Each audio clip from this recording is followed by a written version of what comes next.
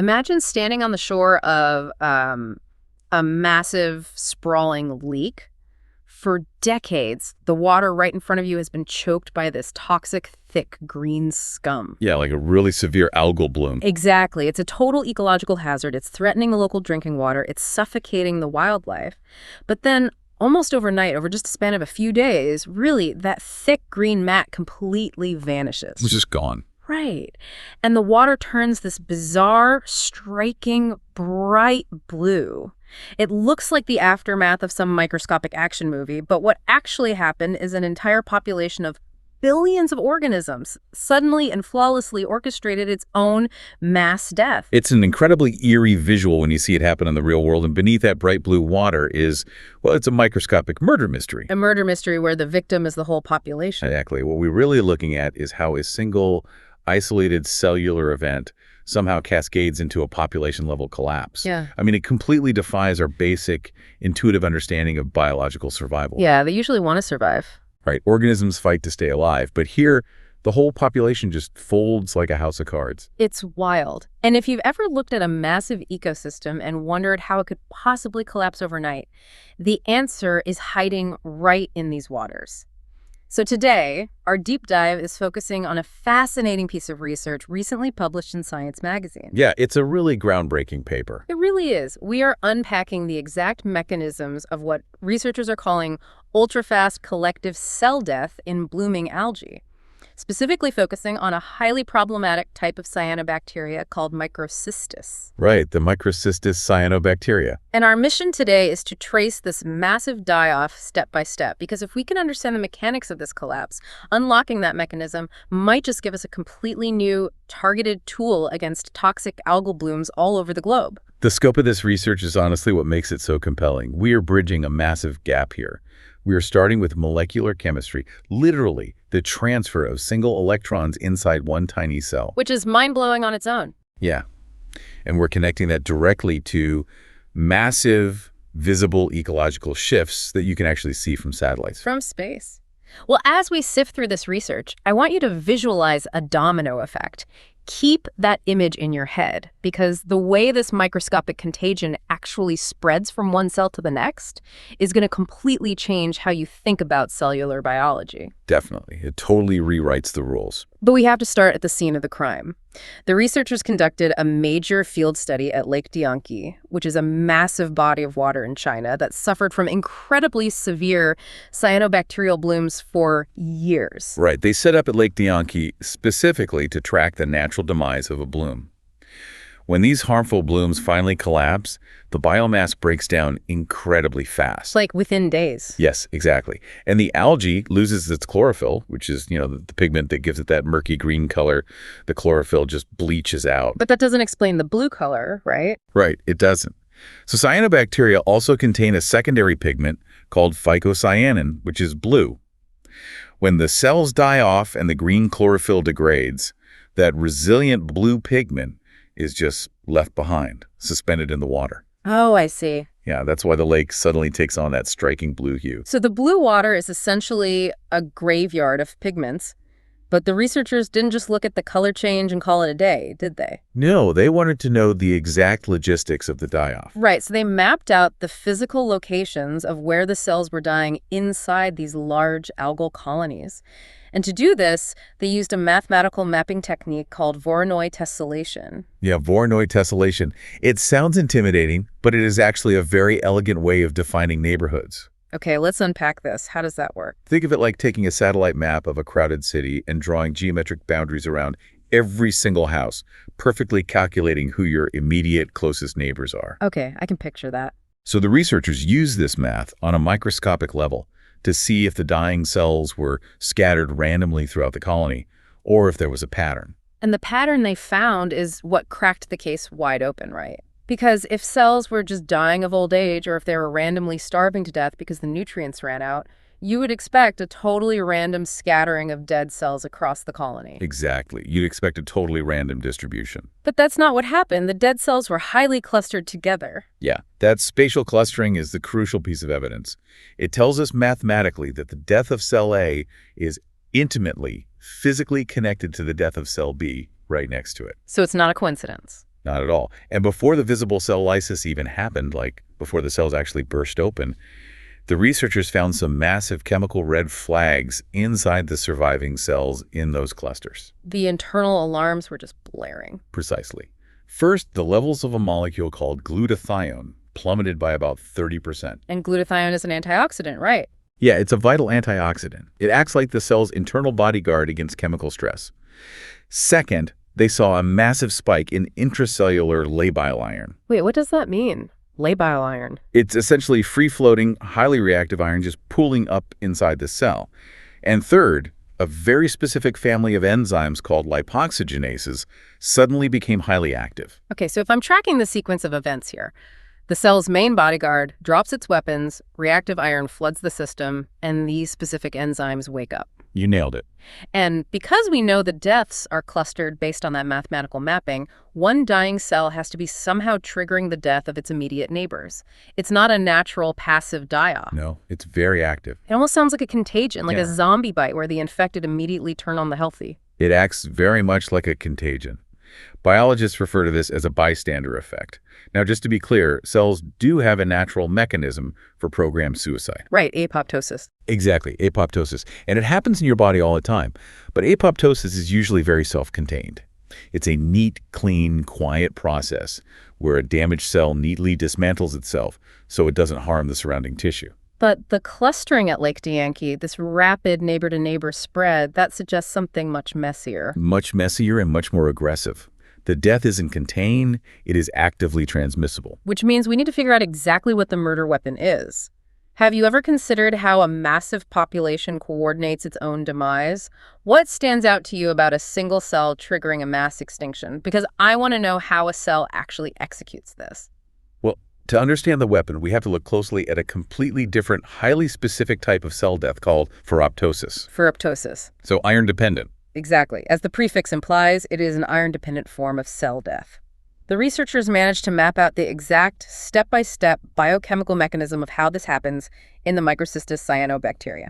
And it's a fascinating chain reaction, isn't it? It really is. And it all starts with something we all keep in our medicine cabinets, hydrogen peroxide or H2O2. But I have to ask, how does hydrogen peroxide even get into a lake in the first place?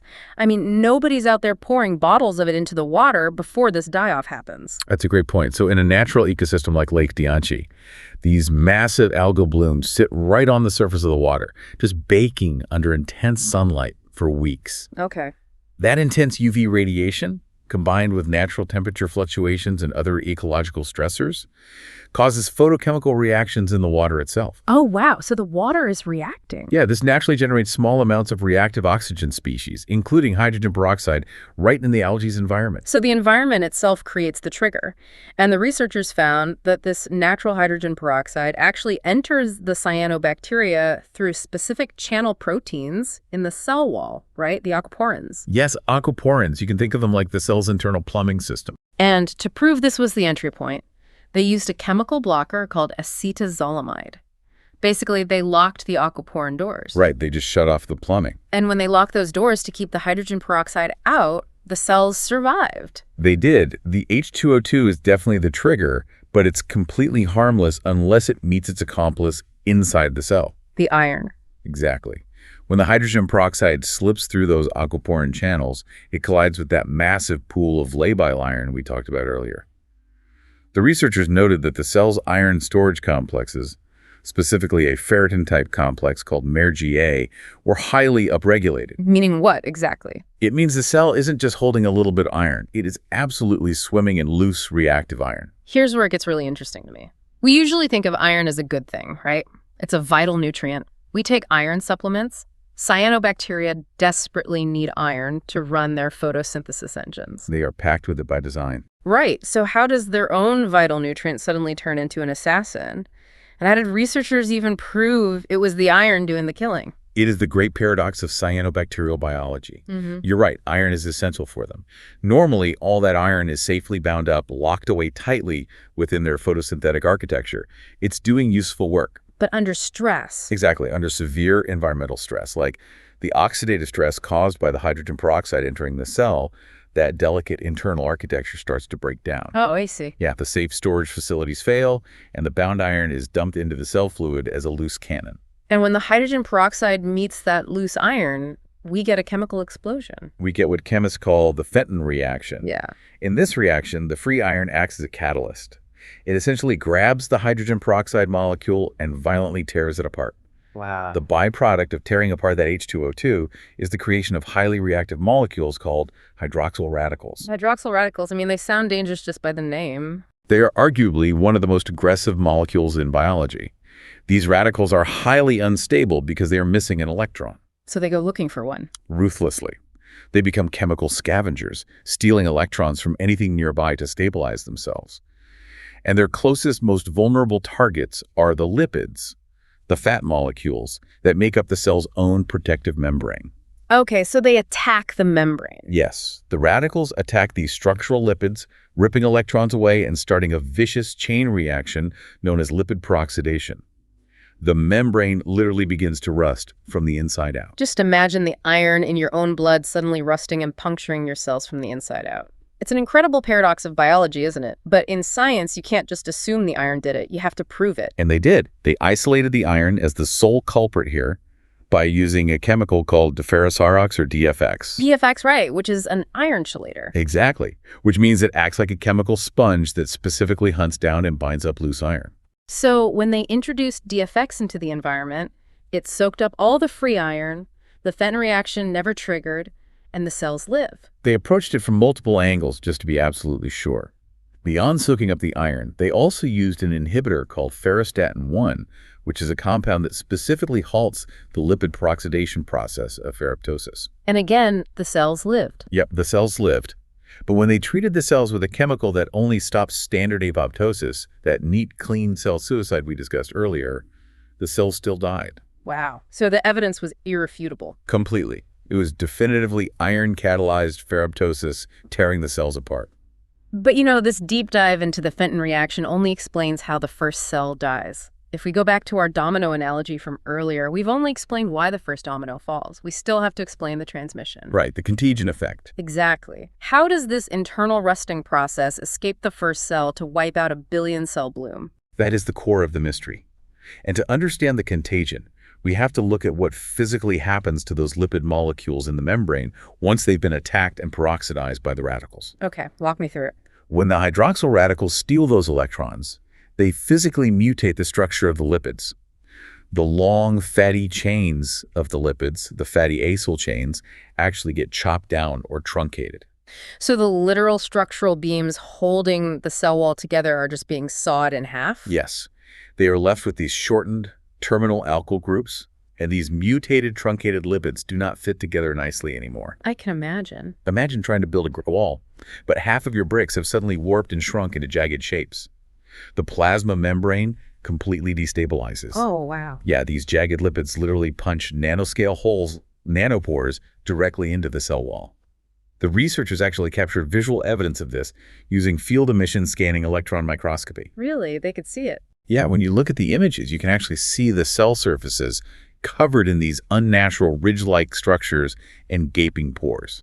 So the cell is shrinking, it's wrinkling up, and it's suddenly full of holes. So it's only a matter of time before it completely loses its structural integrity. It inevitably ruptures. But here is the mechanism for the contagion. When that first cell ruptures, it doesn't just quietly dissolve into the water. No. No, it bursts open under pressure, and it violently ejects all of those highly active, truncated lipids into the surrounding environment. They get released in these little toxic clusters called micelles, as well as free-floating molecules. So it's literally like a microscopic grenade going off. I love that analogy. The first cell explodes, and the shrapnel is made of its own peroxidized membrane, which then acts as a detonator for the next cell. That's exactly it. Yeah. And those grenade fragments don't just bounce off the next cell. They actively embed into its membrane. That's terrifying. It is. This is the mechanism the paper refers to as propagated ferroptosis. The shrapnel from the first cell acts as the detonator for the healthy cells surrounding it. And the researchers designed an ingenious experiment to prove this shrapnel theory, didn't they? They did. They used what biologists call a conditioned medium. Basically, they forced a batch of cells to undergo ferroptosis and explode. Yeah. Then they took that remaining water, which was now essentially a soup of this toxic lipid shrapnel, and they exposed perfectly healthy, untouched cyanobacteria to it. You know what happened? The results were devastating for the healthy cells. As soon as those toxic truncated lipid fragments hit the healthy cells, they embedded themselves and caused extreme membrane depolarization. Meaning the electrical charge gets messed up. Exactly. A cell has to maintain very precise internal pressure and electrical charge to survive. It's like a submarine keeping the water out. Right, and when the shrapnel hits, it's like blowing holes in the hull of the submarine. Yeah. And the cell starts panicking. The paper detailed how their internal transcriptomic profiles just went crazy. The healthy cells desperately tried to manage their internal pressure. Their potassium and sodium pumps went completely haywire. Completely haywire. They started frantically pumping potassium ions in, and they tried to pump these molecules called osmolytes out, just desperately trying to maintain fluid balance. They're essentially trying to bail water out of a sinking ship. But the holes are too big and they're forming way too fast. The physiological effort is useless. Wow. The depolarization is so severe that these newly infected cells actually rupture at an even faster rate than the original cell, releasing their own wave of lipid shrapnel. How wild is it that a cell's own structural building blocks become the exact weapon of its destruction? Yeah. The peroxidized lipids get chopped up, they tear nanopores in the membrane, the cell explodes, and the toxic shrapnel infects and destroys the neighbors in a massive, accelerating chain reaction. It's a biological wildfire. It really is. Which brings us to the final and perhaps most important piece of the puzzle, the application. What do we actually do with this knowledge? Right. This is where the research shifts from being just intellectually fascinating to having profound practical implications for our environment. Because, as we established, harmful algal blooms are one of the most severe ecological hazards we face globally today. Absolutely. They poison municipal water supplies, they suffocate native fish populations by depleting oxygen, and they devastate local economies. And right now, honestly, our tools for dealing with them are incredibly crude. Yeah, we usually just try to mechanically dredge it up, which is impossible at scale, or we dump massive amounts of blunt force algicides into the water, which can be just as toxic as the bloom itself. Exactly. But this paper proposes a radical new strategy. Right, purposeful activation. What if we activate this exact iron axis to trigger the domino effect ourselves? It is a strategy based on exploiting a highly specific vulnerability. Because cyanobacteria are naturally rich in iron to run their photosynthesis, and because they are packed with polyunsaturated fatty acids, they possess a unique built-in vulnerability to lipid peroxidation. It's their biological Achilles heel. Exactly. The researchers hypothesized that if we introduce a very specific, carefully calibrated stressor-like dosing the bloom with low levels of eco-friendly hydrogen peroxide, we could purposefully initiate this unstoppable ferroptotic chain reaction. Okay, so what does this all mean? If I'm looking at this critically, aren't we just talking about dumping chemicals into a lake again? I mean, if we dump hydrogen peroxide into the water to trigger this microscopic grenade effect, isn't that incredibly dangerous for the fish, the native plants, and the rest of the ecosystem? We can't just blow up a lake to save it, right? No, of course not. If we connect this to the bigger picture, that is the crucial distinction here.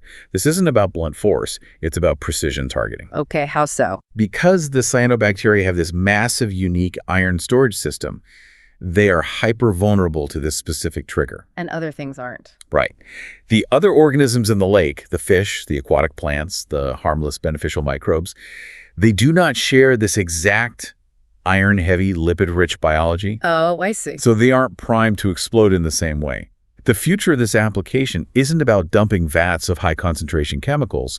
It's about finding the exact optimal minimal dosage of H2O2 that is just enough to tip that first cyanobacteria domino. Ah, so we just provide the spark. Exactly. We let the algae's own internal lipid shrapnel do the rest of the heavy lifting, completely clearing the bloom in a matter of days without leaving toxic algicides behind to harm the bystander ecosystem. We're using their own biology against them. It's a biologically informed weapon. If you're listening to this and you've ever had to think about municipal water management or even just keeping a local pond clean, think about the paradigm shift here.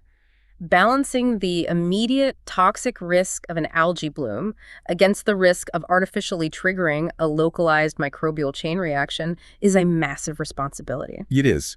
But having a tool that specifically targets the bloom's genetic vulnerabilities is a massive leap forward. It really is. We need these precise, targeted tools to repair the ecological balances we've disrupted over the last century. Well, we've covered an incredible amount of ground today. We really have. We started by looking at a mysteriously blue lake in China. We zoomed all the way down into the fluid of a single cell to witness the Fenton reaction violently tearing apart lipids. Yep. We watched as that compromised cell exploded into a cloud of lipid shrapnel infecting its neighbors. And finally, we zoomed back out to see how this chain reaction could become a revolutionary new biological tool to save our waterways globally. It's a fantastic journey. And as we wrap up, there is one final lingering thought I want to leave you with. Something that builds on this entire cascade we've just explored. Oh, I love these. What is it? The researchers noted in the paper that this iron-catalyzed mechanism, and specifically the use of those lipoxygenase enzymes, is highly evolutionarily conserved. Meaning it's found everywhere. Right. It is found across many different distinct species of cyanobacteria. It's not just a genetic fluke in one random strain. It's been preserved over time. Exactly. So if this rapid self-destruct mechanism has been carefully preserved for millions of years of evolution, what is its true ecological purpose? That is a profound question. Right. Evolution rarely keeps a mechanism that only causes senseless destruction. Is this rapid die-off really a flaw in their design? Or is this collective death an intentional evolutionary feature? Like maybe they sacrifice themselves to rapidly recycle nutrients back into the environment. It's exactly. Serving the broader ecosystem when their specific role is done. It makes you wonder, what other microscopic bystander effects and intentional die-offs are silently shaping the world around us, just waiting for us to look close enough to see them? That is the exact reason we dive into these sources. The hidden mechanics of the entire world are right there, sometimes hiding in a single drop of blue water, just waiting for us to look closer and ask the right questions. Thank you so much for joining us on this deep dive into the microscopic world. Keep questioning the hidden mechanisms around you, and we'll catch you on the next deep dive.